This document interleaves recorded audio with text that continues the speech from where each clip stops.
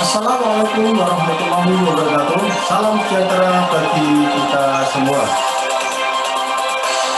Pandemi COVID-19 yang melanda negeri ini memberikan dampak yang luar biasa terhadap semua aspek kehidupan, tak terkecuali dalam dunia pendidikan. Berbagai upaya dan kebijakan Menteri Pendidikan dan Kebudayaan Nadiem Makarim dikeluarkan demi keberlangsungan penyelenggaraan pendidikan di negeri ini. Berbagai macam isu kebijakan pendidikan merebak di masyarakat, terutama di dunia pendidikan. Apa isu-isu kebijakan itu? Akan kita bahas bersama Bapak Ibu dari dua kabupaten yang berbeda. Ada dari Kabupaten Jepara, yaitu Bapak Hartono dan Ibu Silvigati, dan dari Kabupaten Pati ada Bapak Sunarto dan Ibu Endang Catur Kartika sesaat lagi.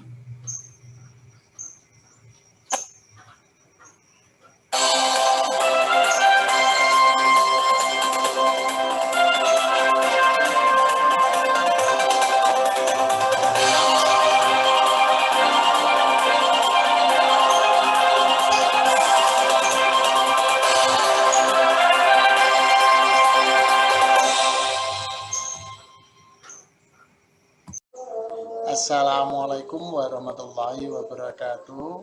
Selamat siang, salam sejahtera buat kita semua.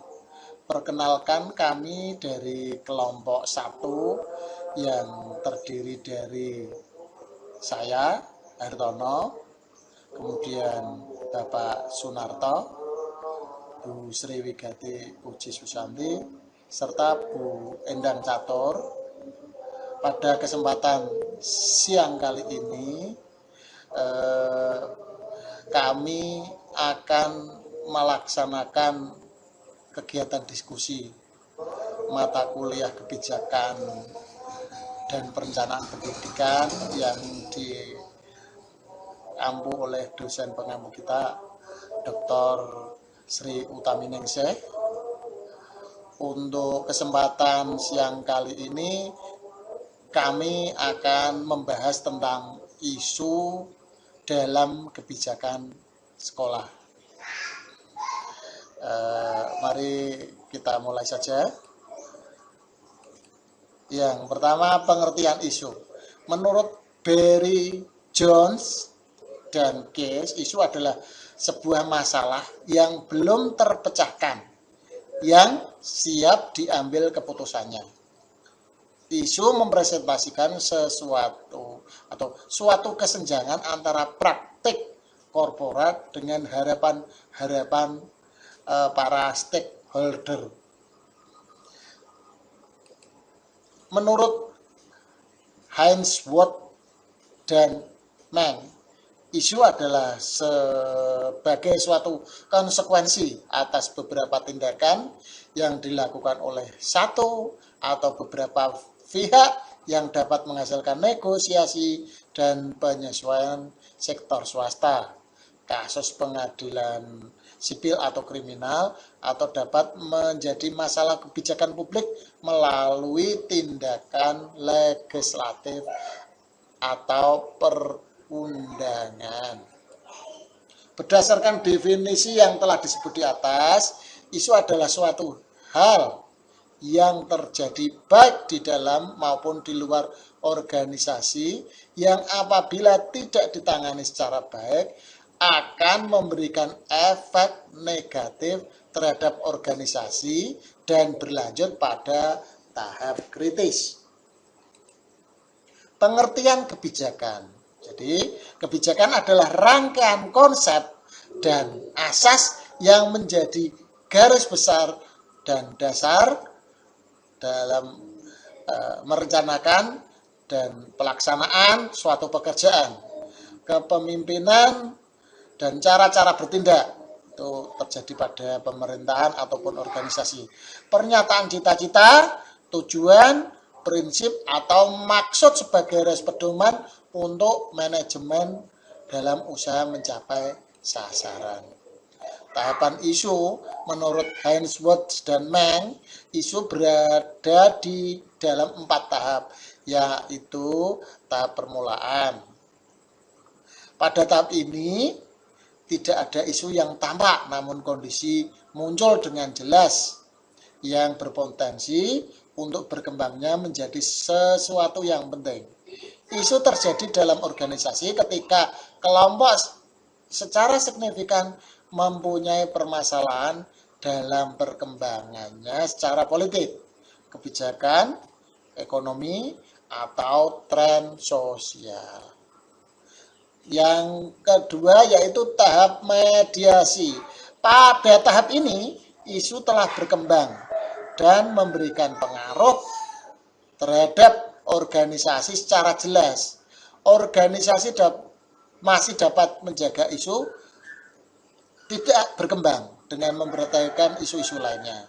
Selain itu, organisasi harus mengelola arus informasi dengan memberikan informasi dua arah yang cukup kepada masyarakat secara aktual dan benar. Tahap berikutnya yaitu tahap organisasi. Pada tahap organisasi, di mana tahap ini isu sedang berkembang dan menjadi topik pembicaraan yang berkembang menjadi krisis. Publik akan membentuk jaringan untuk mendesak organisasi melakukan suatu tindakan terhadap isu yang berkembang ini. Baik, terima kasih Pak Hartono. Sekarang kita akan lanjutkan, yaitu tentang proses manajemen isu. Bagaimana proses manajemen isu itu? Yang pertama adalah identifikasi isu. Organisasi melakukan identifikasi dalam isu yang terjadi dengan mencari tahu sumber isu berasal. Yang kedua adalah analisis.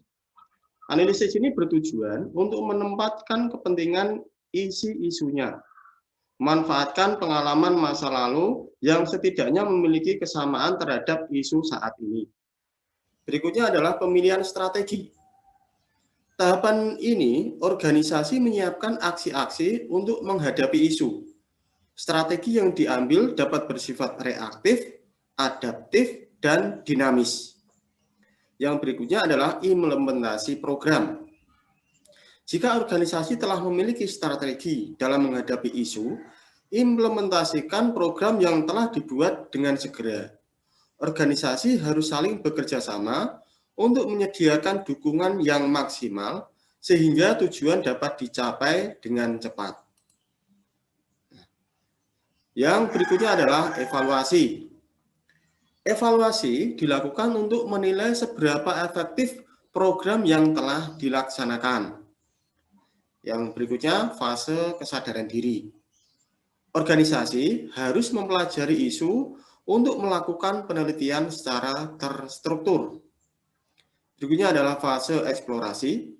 Dalam fase ini, telah adanya kepentingan yang meningkat mengenai isu. Tanggung jawab khusus telah dibagikan dan pembentukan opini telah dimulai. Fase yang berikutnya adalah fase pembuat keputusan. Pada fase ini, organisasi telah melibatkan top manajemen untuk mempertimbangkan tindakan dan memutuskan secara tepat alternatif yang telah didapat. Fase yang berikutnya adalah fase implementasi, di mana fase ini pengambilan keputusan telah dibuat dan telah dianggap tepat dan dapat dilaksanakan. Yang berikutnya adalah fase modifikasi. Pada tahap fase modifikasi ini, evaluasi terhadap program yang tengah dilaksanakan untuk kemudian menyiapkan program cadangan sebagai penyesuaian terhadap keadaan yang akan terjadi. Yang berikutnya adalah fase penyelesaian. Fase relaksasi bagi organisasi di mana adanya anggapan bahwa isu telah mereda dan menjadi positif jika perencanaan telah dilaksanakan dengan baik. Ya, sekarang kita menginjak pada isu-isu kebijakan dalam pendidikan. Apa saja itu? Yang pertama adalah isu tentang pemerataan dan perluasan akses. Program pemerataan dan perluasan akses bagi masyarakat secara luas. Program ini meliputi pemberian bantuan biaya operasional sekolah, baik sekolah negeri maupun sekolah swasta. Nah, ini direalisasikan dengan pemberian BOS, bantuan operasional sekolah. Nah, dalam BOS itu sendiri terhadap beberapa aturan-aturan yang harus ditaati dalam pelaksanaan penggunaannya. Yang kedua adalah rehabilitasi ruang kelas yang rusak. Ini bantuan DAK, penyediaan perpustakaan dengan pemberian buku-buku pelajaran secara berkelanjutan. Nah, yang berikutnya adalah isu tentang peningkatan mutu, relevansi, dan daya saing. Program ini merupakan program yang terkait proses dalam peningkatan mutu pendidikan, seperti pengembangan kurikulum, metode pembelajaran, dan sistem nilai. Yang berikutnya adalah penguatan tata kelola, akuntabilitas, dan pencitraan publik. Program ini melibatkan mitra, yaitu pelibatan anggota masyarakat dalam pemberdayaan partisipasi masyarakat melalui komite sekolah dan dewan pendidikan untuk ikut dalam proses itu, meskipun hanya sebatas pemberi saran dan pengawas eksternal. Nah, sekarang yang berikutnya adalah tentang kebijakan Merdeka Belajar yang sekarang lagi marak dan lagi digencar-gencarnya dilaksanakan atau dicanangkan dalam pendidikan di negeri kita ini. Sebenarnya apa itu Merdeka Belajar? Merdeka Belajar menurut Nadiem Makarim adalah kemerdekaan berpikir, terutama esensi kemerdekaan berpikir ini harus ada di dalam diri guru itu. Merdeka Belajar merupakan unit pendidikan yaitu sekolah, guru-guru yang ada di dalamnya tentunya, dan muridnya punya kebebasan. Kebebasan apa? Yaitu kebebasan untuk berinovasi, kebebasan untuk belajar dengan mandiri dan kreatif. Jadi tidak ada hal yang mengikat tentang guru dalam berinovasi. Selanjutnya yaitu konsep Merdeka Belajar. Ada 4 pokok kebijakan baru Kemendikbud RI yang berkaitan dengan Merdeka Belajar, yaitu pertama ujian nasional atau disingkat UN. UN akan digantikan oleh asesmen kompetensi minimum atau disingkat AKM dan survei karakter. Asesmen ini menekankan kemampuan penalaran literasi dan numerik.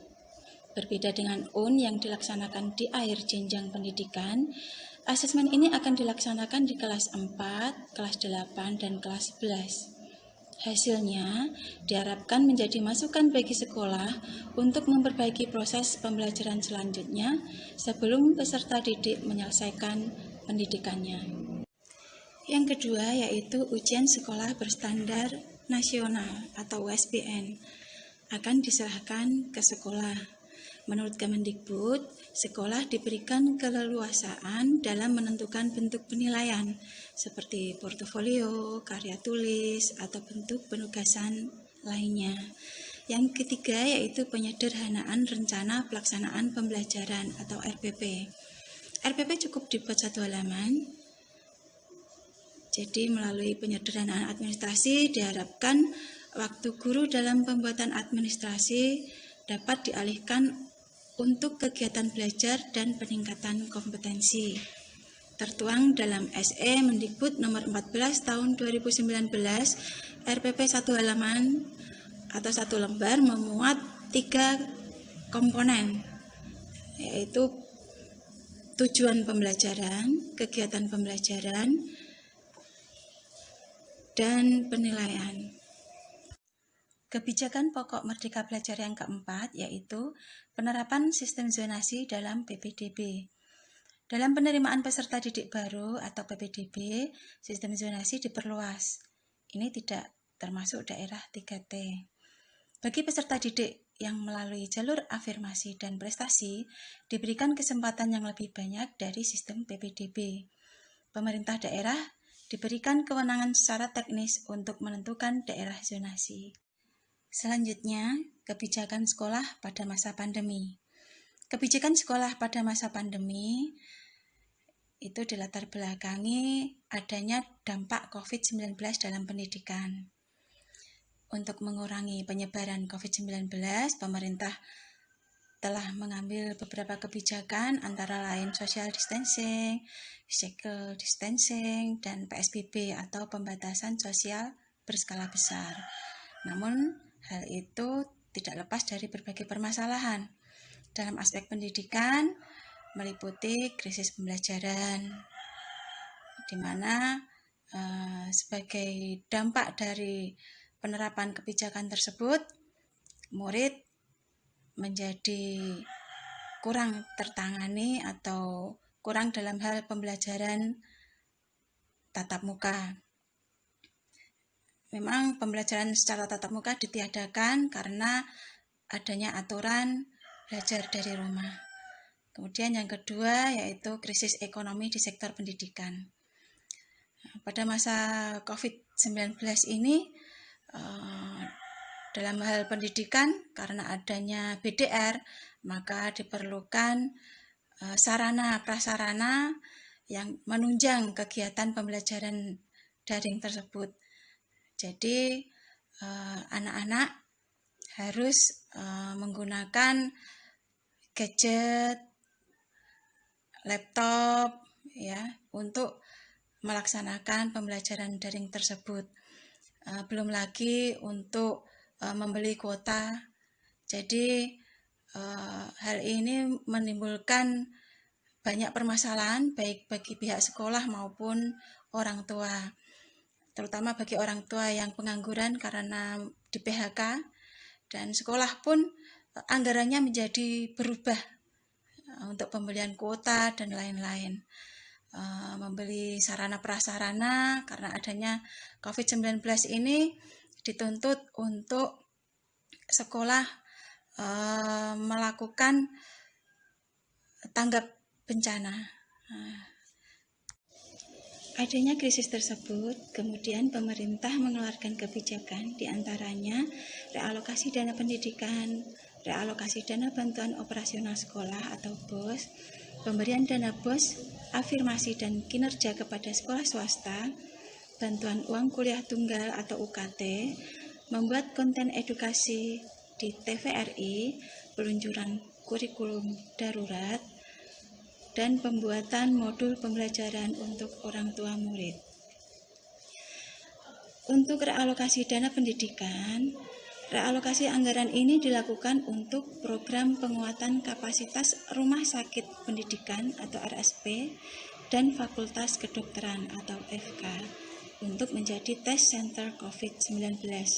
Di samping itu untuk menggerakkan relawan mahasiswa yang secara sukarela mendukung upaya mitigasi pandemi COVID-19. Selanjutnya akan dibahas oleh Ibu Endang Catur. Kami persilahkan. Terima kasih. Saya akan mempresentasikan materi berikutnya. Relaksasi dana bantuan operasional sekolah atau BOS. Yang pertama, dalam implementasinya, kepala sekolah dapat melakukan diskresi untuk pemanfaatan dana BOS. BOS dapat digunakan untuk membeli kuota siswa dan guru, membeli tablet atau laptop, dan bisa juga untuk membeli peralatan kesehatan. Yang kedua, dana BOS bisa membebaskan sekolah dalam menggaji guru honorer. Pemberian dana BOS afirmasi dan kinerja kepada sekolah swasta. Pada masa pandemi, banyak sekolah swasta yang mengalami kesulitan karena banyak orang tua yang tidak mau atau tidak mampu membayar sumbangan pembinaan pendidikan. Dana BOS afirmasi dan kinerja bisa dimanfaatkan untuk pembayaran guru honorer, pembayaran tenaga kependidikan jika dana masih tersedia. Belanja kebutuhan belajar dari rumah seperti pulsa, paket data, layanan pendidikan daring berbayar, dan belanja kebutuhan kesehatan terkait pencegahan COVID-19. Berikutnya, bantuan uang kuliah tunggal atau UKT. Dana bantuan diberikan untuk mahasiswa yang orang tua atau penanggung biaya kuliah yang mengalami kendala finansial akibat pandemi dan tidak sanggup membayar UKT semester ganjil tahun 2020. Membuat konten edukasi di TVRI. Yang pertama, keterbatasan akses internet masyarakat menjadi kendala dalam pelaksanaan. Selama 3-4 bulan diluncurkan konten-konten edukasi di TVRI.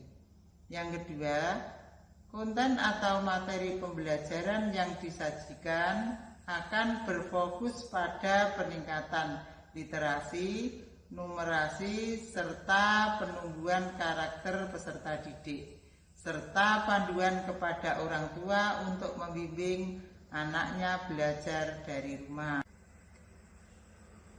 Peluncuran kurikulum darurat. Yang pertama, kurikulum darurat merupakan penyederhanaan kompetensi dasar yang mengacu pada kurikulum 2013. Yang kedua, pada kurikulum darurat ada pengurangan kompetensi dasar untuk setiap mata pelajaran, sehingga berfokus pada kompetensi esensial dan kompetensi prasyarat untuk kelanjutan pembelajaran di tingkat selanjutnya. Kemudian yang terakhir, sekolah tidak wajib mengikuti kurikulum darurat. Pembuatan modul pembelajaran untuk orang tua murid. Masa pandemi, orang tua harus terjun langsung ke dalam kurikulum, terjun ke dalam pembelajaran anaknya, serta terjun ke berbagai macam konsep literasi dan numerasi. Modul dibuat untuk membantu orang tua membimbing anaknya belajar di rumah. Pendekatan yang dihadirkan dari modul adalah project based learning atau activity based learning. Pendekatan ini dapat memandu anak agar tidak memahami konsep sebatas yang tertuang di buku teks saja, tetapi dapat memahaminya lebih mendalam. Terima kasih. Waktu saya kembalikan kepada Pak Narto. Monggo.